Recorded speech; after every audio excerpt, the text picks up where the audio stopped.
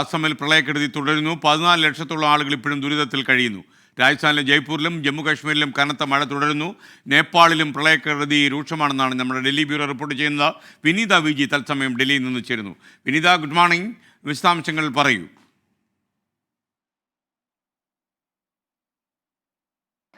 Very good morning S K N സൂചിപ്പിച്ചതുപോലെ നേപ്പാളിലും ഇപ്പോൾ പ്രളയക്കെടുതി അതിരൂക്ഷമായി തന്നെ തുടരുകയാണ്. നേപ്പാളിലെ ആശ്രിത് ഹൈവേയിൽ ഇന്ന് മണ്ണിടിച്ചിലുണ്ടായി. രാവിലെ 3 മണിയോടുകൂടിയാണ് മണ്ണിടിച്ചിലുണ്ടായതെന്നാണ് നമുക്ക് ലഭ്യമായിരിക്കുന്ന റിപ്പോർട്ടുകൾ. ഇന്ന് പുലർച്ചെയോടെയാണ് ഈ അപകടമുണ്ടായത്. അപകടത്തിൽ 2 ബസ്സുകൾ ഒലിച്ചുപോയെന്നാണ് അറിയാൻ കഴിയുന്നത്. ഇതിൽ ഏതാണ്ട് ഡ്രൈവർ അടക്കം 63 പേരുണ്ടായിരുന്നുവെന്നാണ് പ്രാഥമിക നിഗമനം.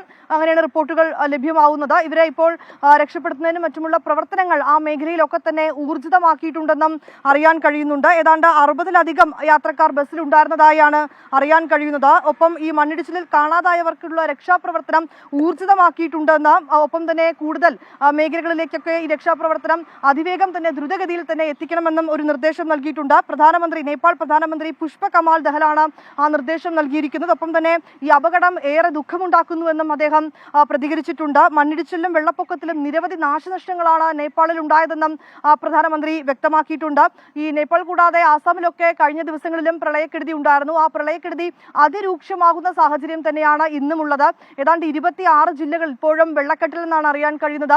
ഈ വിവിധ ജില്ലകളിലായി 14 ലക്ഷത്തോളം ആളുകൾ ദുരിതക്കയത്തിൽ തന്നെയാണ്. ഇവർക്കുള്ള രക്ഷാപ്രവർത്തനങ്ങളും ഇവർക്കുള്ള ദുരിതാശ്വാസ ക്യാമ്പുകളിലും ഒക്കെ ആ മേഖലകളിൽ പ്രവർത്തനം ആരംഭിച്ചിട്ടുണ്ട്. ഒപ്പം തന്നെ അവിടുത്തെ മുഖ്യമന്ത്രിയുടെ ഒക്കെ നേതൃത്വത്തിൽ ആ പ്രവർത്തനങ്ങളൊക്കെ ഏകോപിപ്പിച്ച് മുന്നോട്ട് കൊണ്ടുപോകുന്നുമുണ്ട്. പക്ഷേ ആളുകളെ സംബന്ധിച്ചിടത്തോളം വലിയ ദുരിതത്തിൽ തന്നെയാണ്. ഇപ്പോഴും 14 ലക്ഷത്തോളം ആളുകൾ ഈ വെള്ളക്കെട്ടിലും മറ്റുമായി ബുദ്ധിമുട്ടുന്നുണ്ട്. അതിൽ ഏറ്റവും പ്രധാനമായും കച്ചാർ, ബാർപേട്ട, ധ്രുവി, ദാരംഗ്, ബിശ്വനാഥ്, ഗോലാഘട്ട് തുടങ്ങിയ ജില്ലകളിലൊക്കെയാണ് ഈ വെള്ളക്കെട്ട് ഇപ്പോഴും രൂക്ഷമായി തുടരുന്നതെന്നാണ് അറിയാൻ കഴിയുന്നത്. ഈ മേഖലയിൽ കൂടാതെ രാജസ്ഥാനിലെ ജയ്പൂരിലും ജമ്മുവിലും ഒക്കെ തന്നെ കനത്ത മഴ തുടരുകയാണ്. ഇപ്പോൾ മുംബൈയിലും മഴ ശക്തമാകുന്നുണ്ടെന്നാണ് നമുക്ക് ലഭ്യമായിരിക്കുന്ന റിപ്പോർട്ടുകൾ. S K. Okay, thank you Vineetha Viji.